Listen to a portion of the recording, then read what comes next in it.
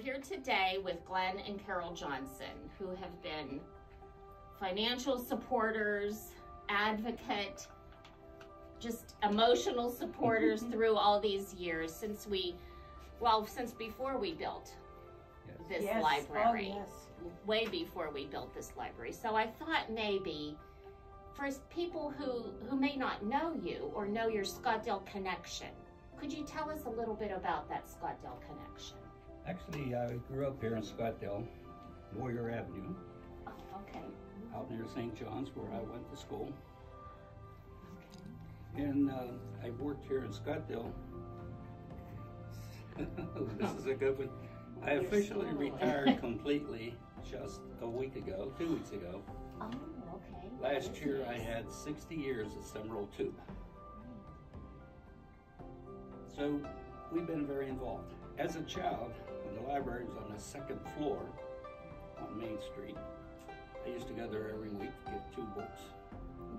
Our daughter started doing the same thing, and as you say, we still have her library card. Yes, I don't know how you keep care of it today, but back then everybody had a card. Yes. And we just seemed to love Scottdale. When we got married, we hoped to live here, but we couldn't find the right spot, and we ended up, the rest of our family had already moved to Greensburg, so we ended up in Fort Allen area near Hemphill Township. You clearly left a part of your heart here, though. I still consider Scottdale my home. Well, I was from Connellsville, but I was a Scottdale girl because my dad had the Broadway Drug Company here. And so I worked there. And the irony is, during our high school years, I worked in my dad's drugstore. Glenn delivered papers for his grandfather. Our paths never crossed. Within a year, no, actually within 4 months, we did come and live in Scottdale, and then we bought his parents' house on Warrior Avenue, and we were there till 1977, at which time we moved to Greensburg. Our children were in school. His parents already lived in Greensburg. She was a teacher at St. Paul's Catholic School. Okay.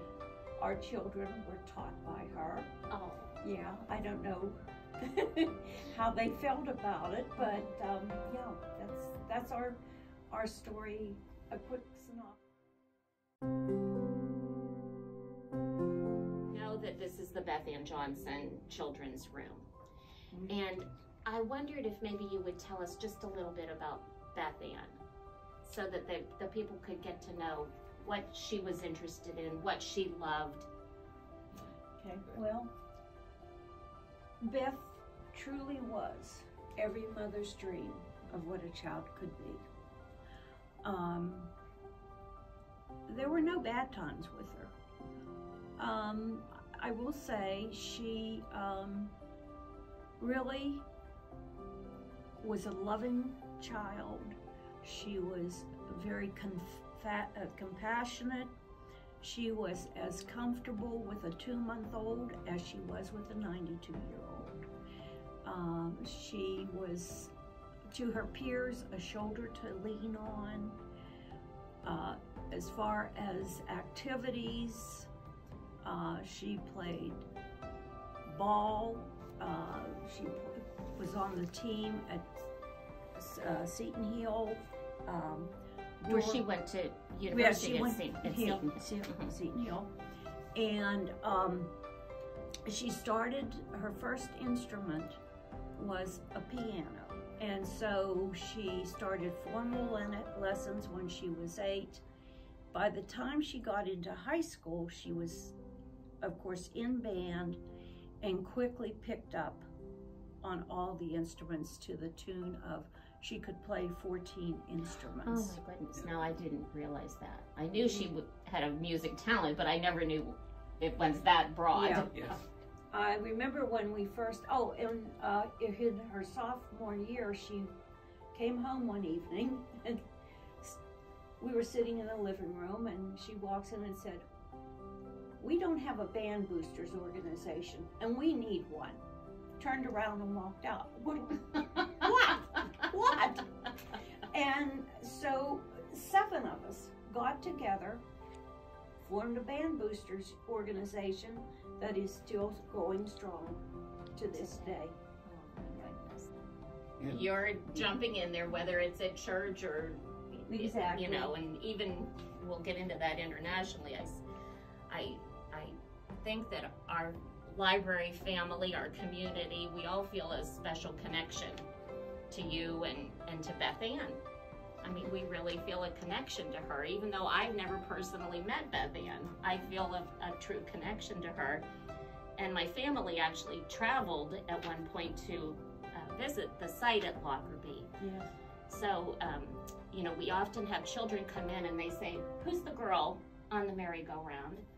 And so we'll tell them about her love of music, her love of reading and learning, and just this joy of life that she had. And she went for everything with I know gusto. you've been involved for many, many years internationally with the victims of Flight 103. Could you tell the community a little bit about that involvement? Well, as you can imagine, the first few months we were devastated. And then we received a call that there was going to be a meeting in Ohio that was being arranged by the State Department to try to see if there was interest with the families. So apparently some people were speaking out. And so we went, and they were going to have a meeting then later in New Jersey. We went there, and that's when the organization, Victims of Pan Am Flight 103, was officially organized. That soon, okay. And I became the vice president of the organization. We started having a lot of marches. We went to the White House on the 103rd day. We went to the Congress. Our group met with virtually every congressman and senator that day. We had all our people there. Everybody had their assignments we went to see, particularly if they were involved in their state. And out of that became a group of advisories started. This came from the White House. First few meetings were handled by Department of Transportation. The idea. So they started to move it, and they took over, and they put it in under the FAA. Right, okay. And then after 9/11, when TSA started, we moved over there. Oh, okay. I have been to every meeting except the first 2 at the White House. I've missed, even committee meetings, I've only missed a few over the years. My term will end this October, next October. I'm not going to sign up again. I've probably been on the committee, I believe, longer than anybody else. I'm sure you have. This committee is made up of people from the airlines, from the governments, airports, transportation. We've got pilots on the committee. There's 33 members, and you can never not have more than 2 from any particular part of the organization of the country or anyone, so that no one can really be controlling it. I represent the flying public, along with another fellow. And we have seen this grow from getting together and saying, this is what we think you ought to do, and writing what I would call a position paper, to now Congress is assigning us the duties of actually writing bills for Congress devoted to security. And that's how things have just changed over the years, and we are influenced. Absolutely. You've just- moved a lot of mountains. And at least 4 times a year, I'm meeting with the administrator of TSA. And at our last meeting, which was just a couple months ago, February actually, 1st of February, when they opened the meeting, it was brought out about we were here because of Pan Am Flight 103. Absolutely. And at the end, at closing, they singled me out to thank me for my years of service. This group is very well aware that the reason they're there is because of Pan Am Flight 103. And I've really spent a lot of time in DC, got to know a lot of people from around the country, and I think that it really has done a lot of helpful things to devise safety and security for the flying public. Absolutely. This group is the reason whenever people fly, and you're constantly reminded at the airport to keep an eye on your luggage. This group Glenn has worked with, now TSA, we were responsible for getting that enacted. That's just one small example.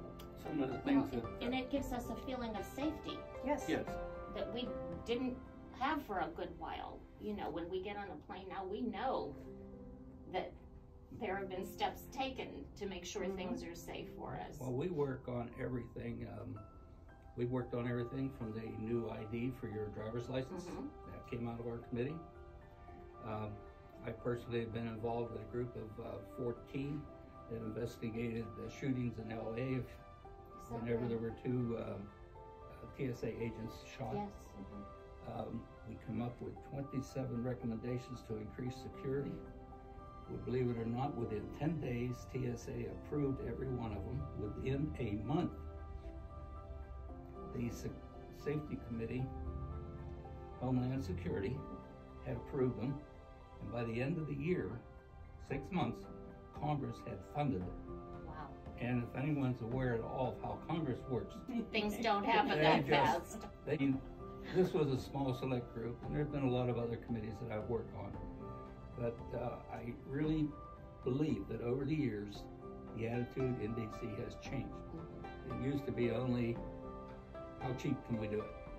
Now they really don't look as much at the bottom line as, this is what we're spending, how can we get the most for our dollar? That's the big thing. They still watch the dollar, Well, yeah. but they're not arguing about the fact that we need more security. And that is something that I'm very pleased to have The been a part native of. son. You've represented us so well.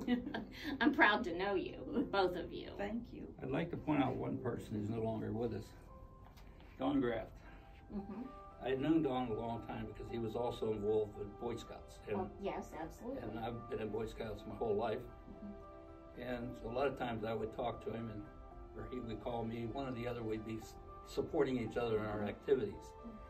And so whenever he came to me one time and said, I'd like to take you out to lunch, I think, Oh boy. he doesn't want $25 this time. Yeah. Now, was that when he was on our board? Yes. Yes. Okay, Yes. well, That it all was- makes sense then. That was the beginning of your That committee was the beginning. to develop and build this I library. never realized that. I And, never realized that. Yeah, and how we actually it happened, even though we left Scottsdale. As I said, our hearts were still here. We subscribed to the Independent Observer.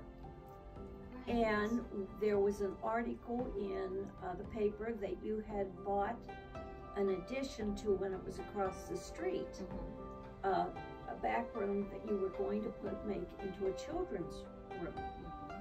And I thought, oh, I see an opportunity here. And I believe, I'm not sure who we wrote it to, but we wrote a letter asking if we could talk to the board.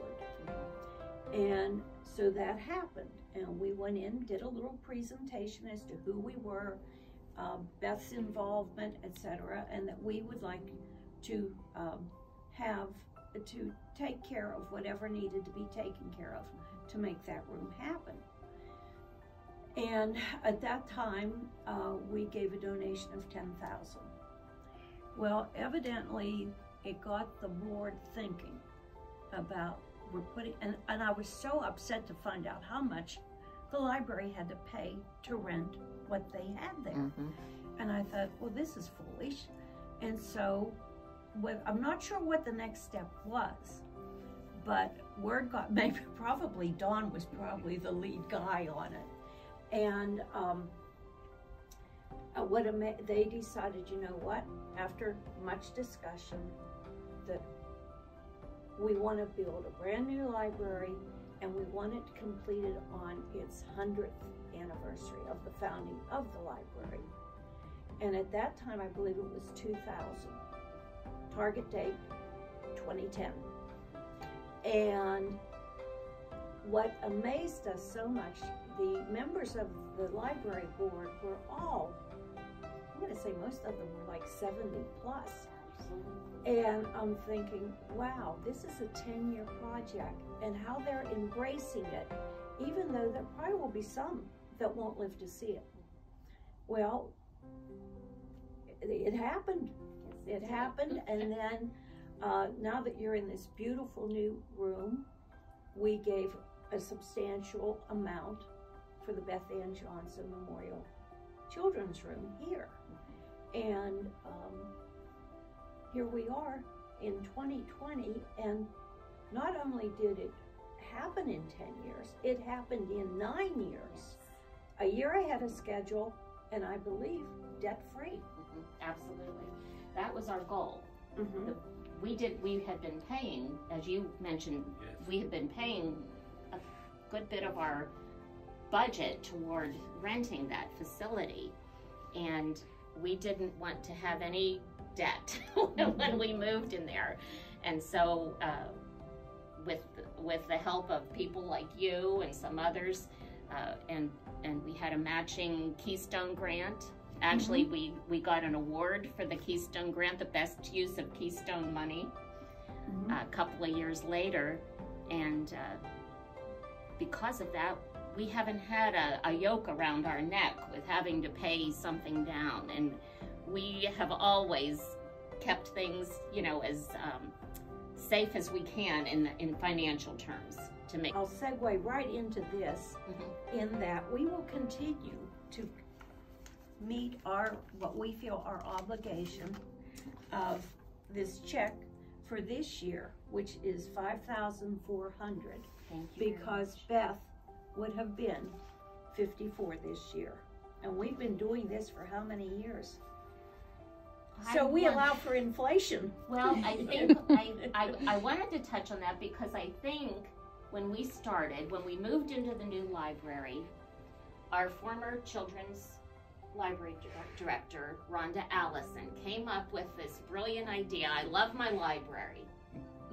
And we were going to put hearts on all the windows of everyone who donated to the library to show, really at that time, we wanted to show Congress and our representatives how important the public library is to individuals in a community. And that's another time you heard about that. And you contacted us and said, I want to do a Johnson Challenge. And so that's how that Thanks began. to the Scottsdale Independent. Pushed the community to give very freely to the library, and even during this pandemic year, so far this has been our best year ever. And I'm so proud of our community. Yes, absolutely.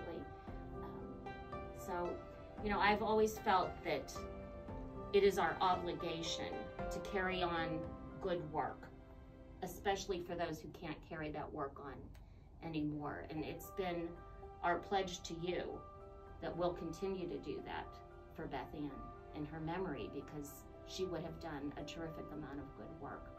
That was her goal. Yes, was her it goal. absolutely She wanted to was. spend her life working with kids. Yep, I knew that, and it's really been, it's close to my heart and in my mind all the time with everything we plan here.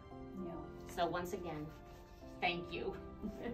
Thank you, friends. Our I pleasure. appreciate it. Our pleasure.